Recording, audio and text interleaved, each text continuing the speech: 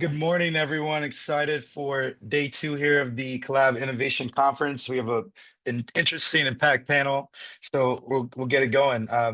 Dr. Janice is the founder of BWG Business Solutions, an award-winning DEI consultancy designed to help organizations create cultures built on equity. Dr. Janice has had the opportunity to collaborate with major organizations and companies like Google, Amazon, Yale University, Nordstrom, PayPal, Venmo, and many others. Super excited to welcome her. She's based in New York.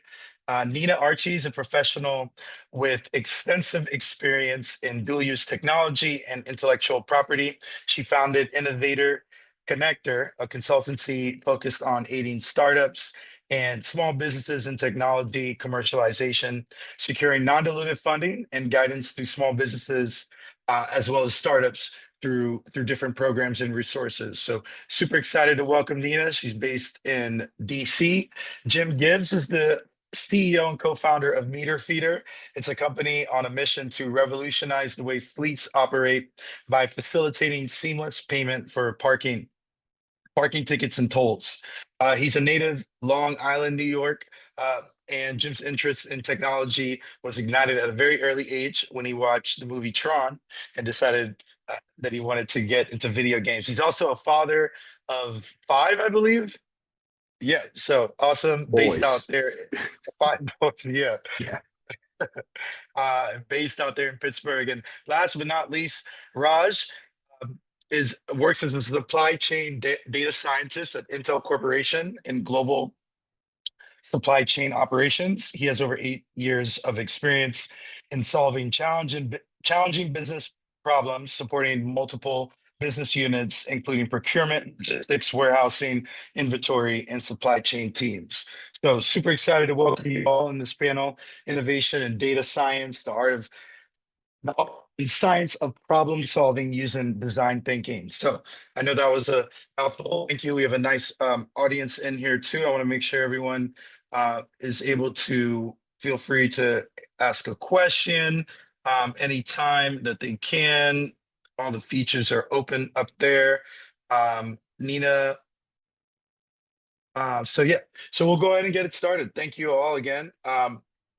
So, just to, I guess, to kind of kick things off with the first question here, really would like to kind of feel the room. I know Raj, we'll start with you. You're out there in Seattle. You're out there in Intel. I guess how's things going today with you, Raj?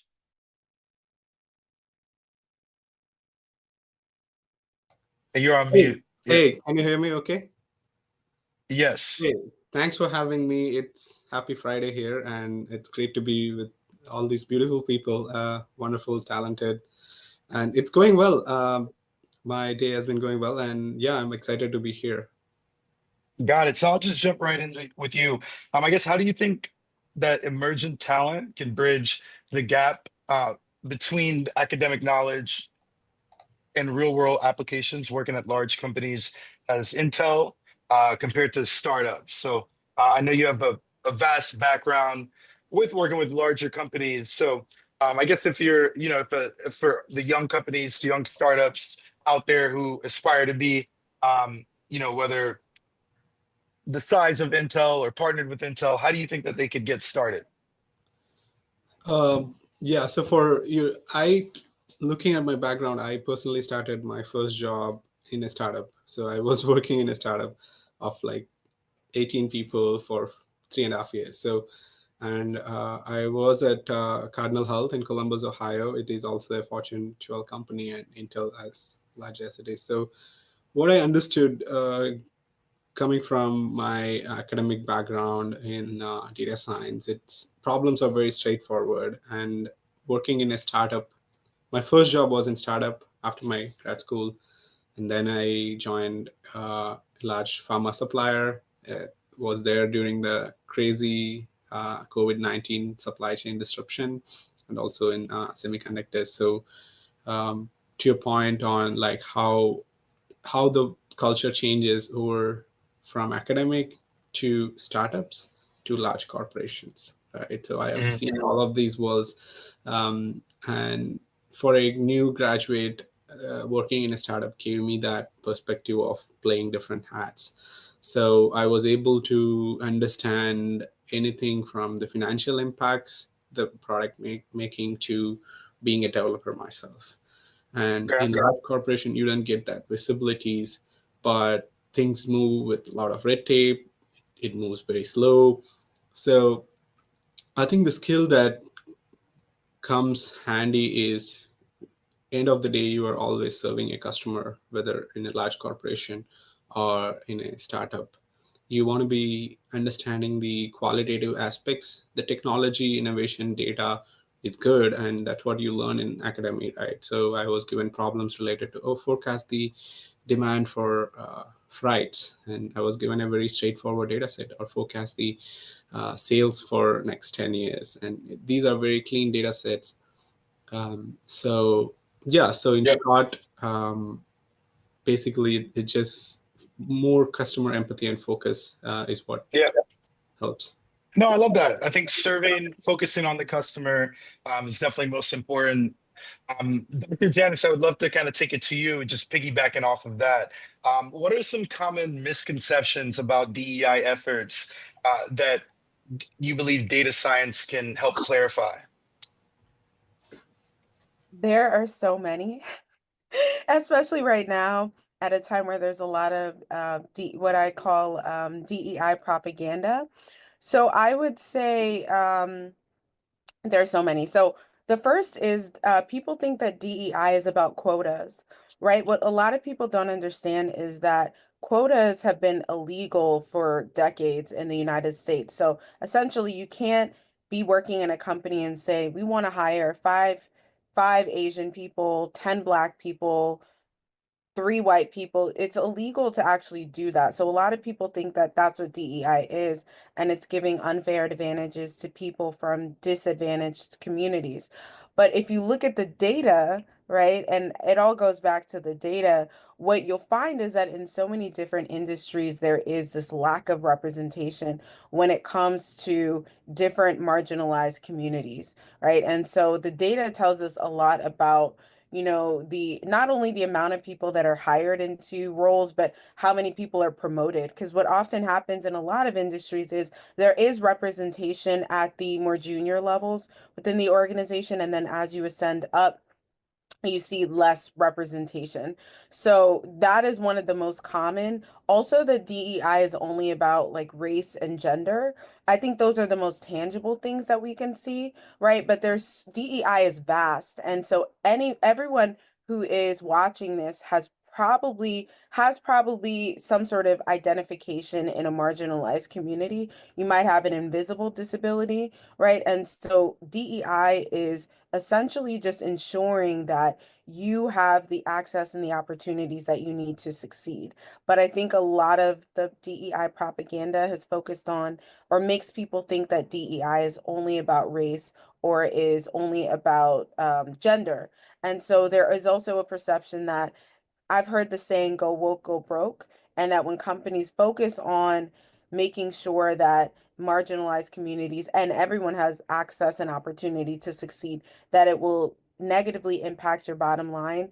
But a lot of people are overlooking the sort of really pivotal research that McKinsey came out with over and over and over again. McKinsey has found that organizations that focus on specifically racial and gender equity and make sure that there's representation have seen the ROI as far as their profits. So, there's so many misconceptions. I could go on and on about it, but I think it all goes back to the data, and the data is really effective at disproving a lot of these misconceptions when it comes to DEI.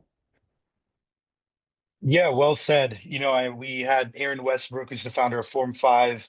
He was actually born with one hand, and he created a prosthetics company to give limbs away for other people in similar situation. And it just had us thinking about accessibility and how that should also be included into the whole conversation. So definitely appreciate you there. I also have experience as a tech founder and have done some investing, and they say, African American men get under 2% of VC funding every year. Jim Gibbs is actually one of the few who actually went through a Y Combinator in San Francisco and has raised some capital. So I guess, Jim, twofolded question. Talk about that Y Combinator experience, and would love to hear where you're at today and how you're leveraging data science to improve your meter feeder. That's a very interesting question. I'll try to take like almost a decade of experience and put it into 2 minutes worth of sound bites. So okay, Y Combinator was great, right? Because you meet a lot of people that are like-minded, and you'd be shocked at how many of the same issues that a lot of people go through. So, I mean, really the big thing is Y Combinator essentially brings everybody together and says, now talk to people. And then you talk to people and you realize, how to make something that people want, which sounds easy, but is really, really difficult, right? As such, a nice segue into, so I was, we were in the process, meter feeder, we're able to pay parking tickets now, but what we were doing was doing parking payments. And we were in the process of deploying to about 300 locations when COVID-19 happened. COVID-19 happened, everybody stays home. All of a sudden, mystically, magically, 95% of everybody's parking revenue just disappears overnight, right? 13% of Pittsburgh's annual budget is parking taxes, which means that, where's that money going to go? So I started calling people and saying, hey, what are you doing? How are you getting through this? I have nothing to sell you. Name of the company is Meter Feeder. If no one's paying for parking, I got nothing, right? So eventually I ended up getting to New York City, where they opened up their data, and I downloaded 13 gigs of parking ticket information, in which case I was able to figure out that, yes, over the past 9 years, they had collected somewhere around $4 billion in parking tickets. And they still had about $1.5 billion that was owed, where 34.3% of that was fleets. So I was like, let me talk to some fleets. And a lot of the fleets, you'd be shocked, don't even know how they pay their parking tickets, where they get their parking tickets. So yeah, being in the parking industry, I was able to just all of a sudden aggregate a lot of that information because we had the relationships with the parking ticket vendors. How hard was it to get access to that information? Was it open source, free? How hard was that? New York City, that was open source. So they do have open data. But the hard part was working with the parking ticket vendors. that took a little while. But once we were able to build that integration, then we had a fleet the other day. They signed up 45 vehicles. They had $33,000 in parking tickets that they had no clue that they had. So Wow. And so I think this is a perfect way to pivot over to you, Nina. For those who don't know, it would be helpful for us to understand how you work with startups to guide them to leveraging their intellectual property, the problem, as well as solving the problems that they're doing to scale their innovations effectively. So helpful for the audience to learn more about that. Yes, thank you, Manny. So I would say that one of the things that I guess my work has been the most valuable with helping with startups and small business tech companies. I want to focus on small business tech companies. With that, is actually getting tech companies or small business tech companies and startups to see how their technologies could be a solution to problems in government. So one thing is, having government as a customer, right? So you being able to figure out that you may have something that actually could solve a problem for government, and then seeing where on sam.gov or, and this is when I say government, I mean state and federal, but seeing basically where your technology could be a solution. So that's one thing, is being a government customer. The other thing is non-dilutive funding. So if you are, an early stage venture and you are a person that's looking or founder that's looking for funding, especially if you're starting off, non-dilutive is low risk money because one, there is no equity that anyone is trying to take from you in regard to dilution of your company, as well as the IP and the ownership of your IP is actually going to be something that you can also be able to, own, without, again, diluting any equity out of your company. So a lot of times the things in regards to aiding programs and funding that's coming from the government, whether it's you getting the government as your customer, or looking at funding where they want to fund you, are things that I try to really help, as well as spread awareness, post solicitations, and then just letting people know it's not just about grants. People seem to think everything is about, when it comes to sometimes government funding, is always a grant. So a lot of times there are prize competitions from GSA. There are several different challenge. The website is called challenge.gov. So there's several different actual solicitations that people put up all the time that are very niche and specific, but your company may be able to solve for, and they're willing to give you 100,000, 200,000, 300,000, or some form of funding in order for you to solve for that problem.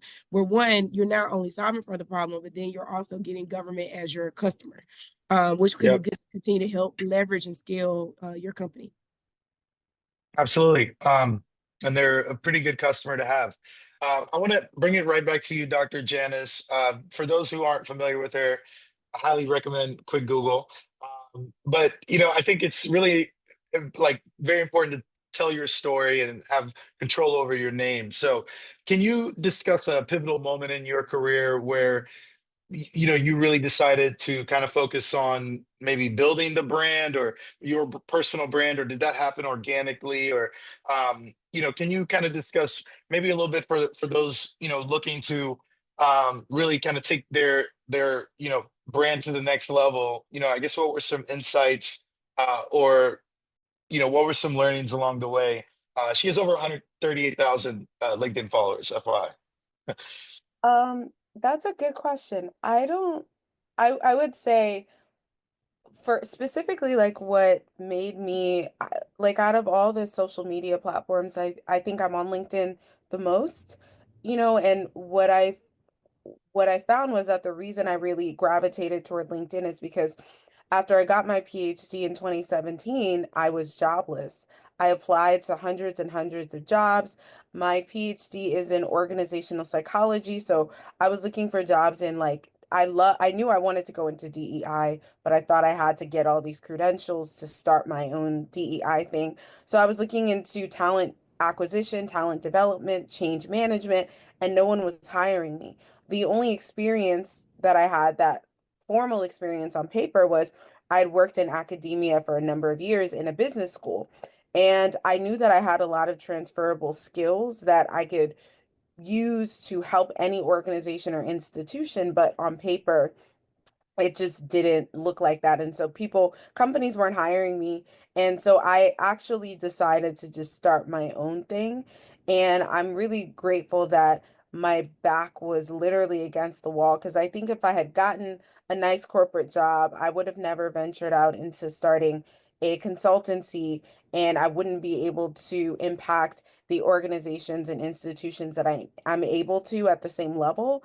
And so I think I was almost forced to promote myself, because no one was giving me opportunities, no one was giving me a chance. And I just said, I'm going to get on LinkedIn and just start talking about this thing that I'm really passionate about.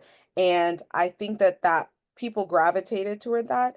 And now what I find is that people know me as the DEI person. Even if I want to talk about or pivot into something else, I think that's what people have known me for. And so I think for anyone who is watching this, who is struggling when it comes to maybe finding a job in the field that you are looking to, you could always start your own or find a way to leverage platforms like LinkedIn to find and build your community, which can help you to attract opportunities that you are interested in. Love that. Nina, I see you have your hand raised. I just wanted to piggyback. I think that Dr. Janice basically made a very good point about LinkedIn being your friend and utilizing it as a tool. I currently utilize my LinkedIn as a tool to post a lot of solicitations, pitch competitions, funding, where I, basically kind of naturally created a community where people are like, they may just say thank you for this because they go and then they may pitch and win some money. But the point to Dr. Janice is that people sometimes don't know how to utilize the resources that they have as a tool. So LinkedIn is a very good tool where, Dr. Janice is saying she's created her lane. I personally, I'm on the treadmill and I look at something, I just repost it. And somebody is like, oh, well, thanks for Nina. They don't even know who I am. And here they are, going off, sitting on their trail to do whatever they're doing. So just wanted to piggyback on that. But utilizing the tool, particularly LinkedIn, is a really good avenue to create a pipeline, but then also look at resources that can help you. I love that. I love that.